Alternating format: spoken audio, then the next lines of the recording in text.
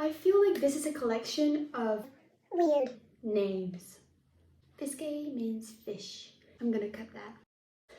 Hello guys, welcome to my channel. My name is Elisa and today I'm going to be talking about the books that I read in the past month or so.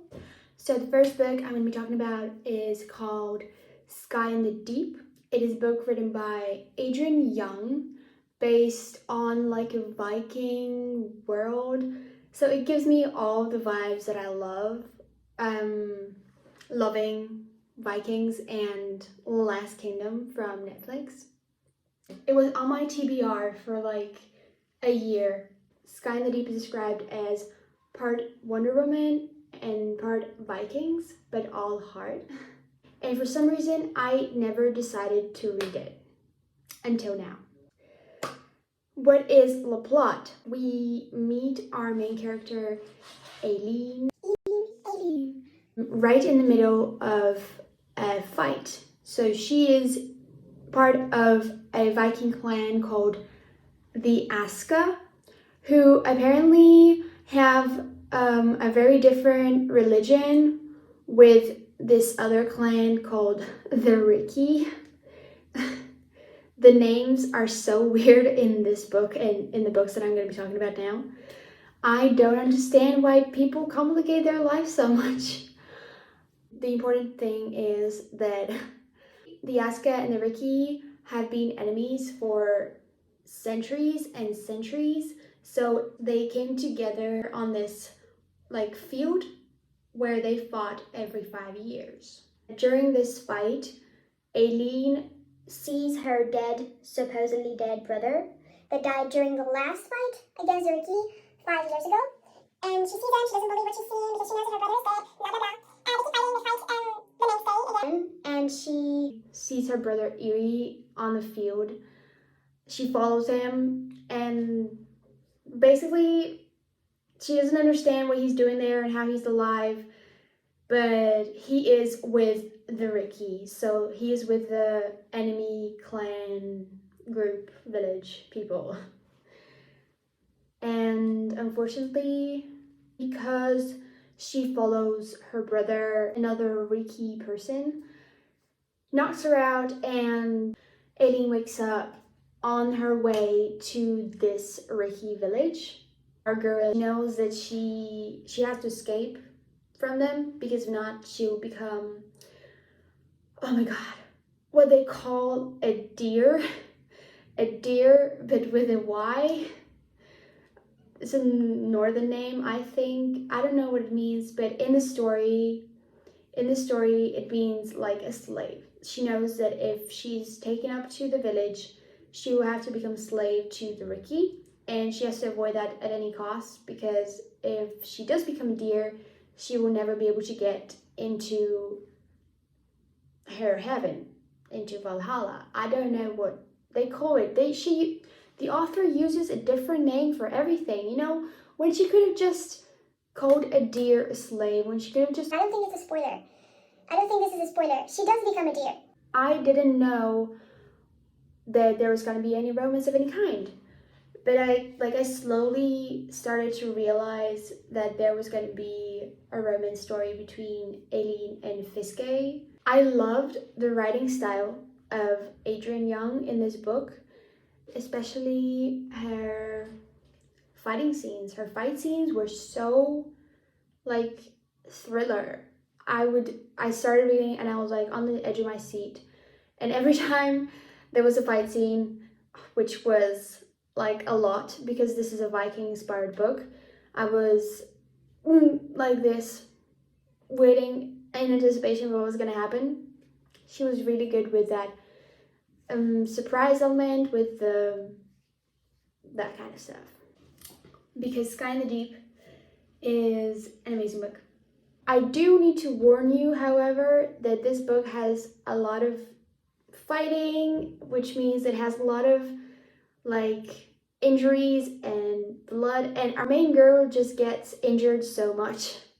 Like every chapter, she is either hurt or being taken care of, and so that is described kind of in depth. So if you don't like reading about scars and pain and you know, blood, then just be warned. It has a bit of that, but that is not the main theme. The love story is really worth it, and the world is worth it too. Last and not least, I wanted to share like the songs that remind me of this book.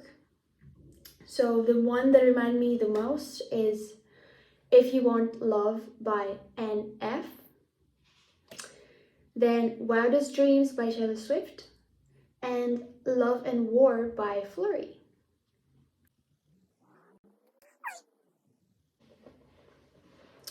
Next, I'm going to be talking about A Court of Thorns and Roses.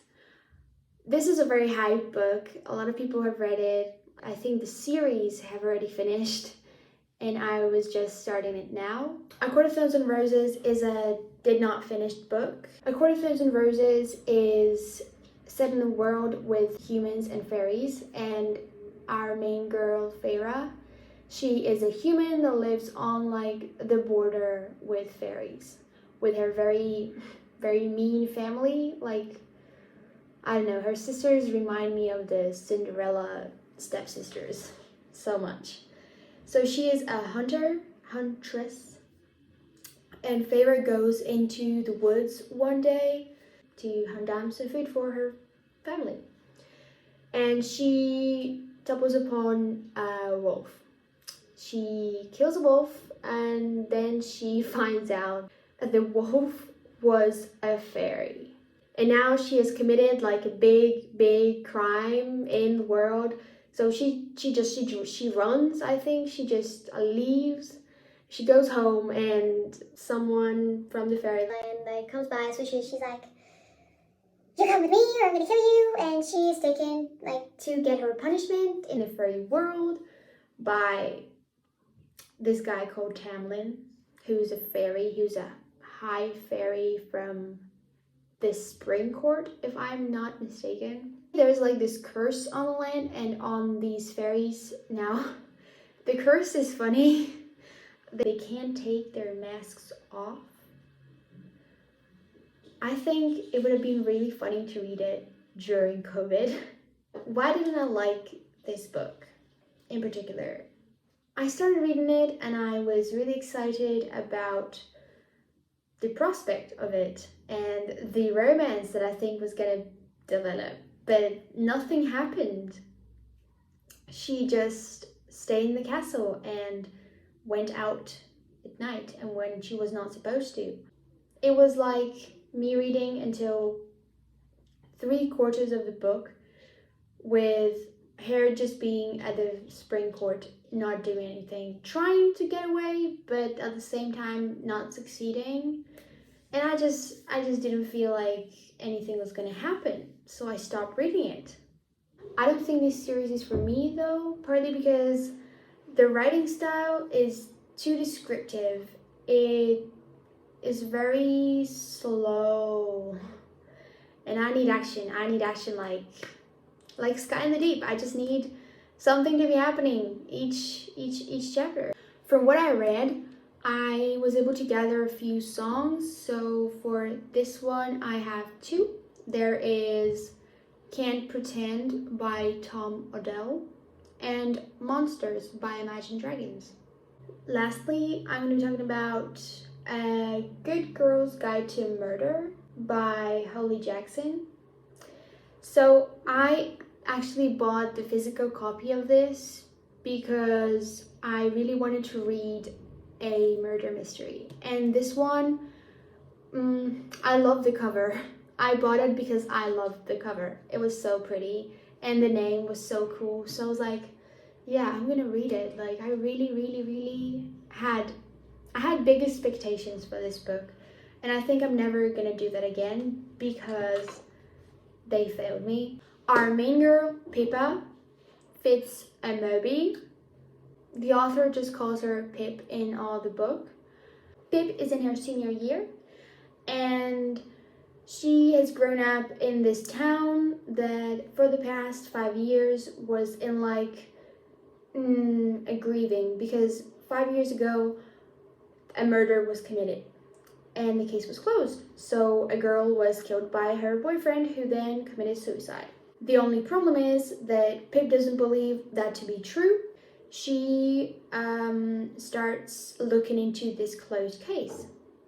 And it starts almost from the beginning, her looking into the case. So we don't have a lot of introduction. It's Pippa analyzing the death of this girl and what happened 5 years ago. She goes to the house of the killer, the boyfriend, and talks to his younger brother. And together they kind of start looking into the past and what happened and why and who killed her. They discover a lot of weird stuff. I think the author did a very good job because she transmitted the feeling of a project being written, because it also had like these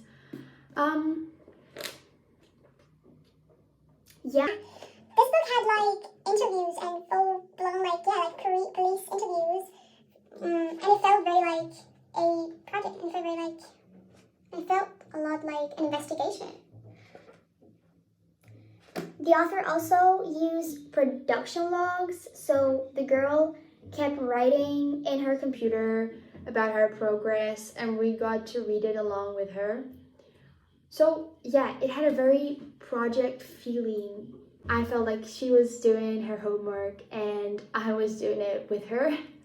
You have to understand where I'm coming from.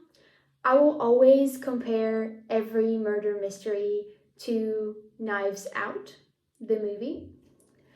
So I need to be able to guess who killed the victim. And in this book, I think the author, she did so much work into trying to make us so confused that we don't know who and why. We had like 15 different options. Like I think if I counted them, I had 5 definite people who I knew could have killed the girl, who I think should have killed the girl.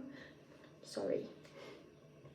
I had 5 different like suspects that were like really, really viable, and the author didn't make it easy. She's just very, very cozy, very, very nerdy, very nice. The playlist for A Good Girl's Guide to Murder is Favorite Crime by Olivia Rodrigo, Getaway Car by Taylor Swift, and Night Changes by One Direction.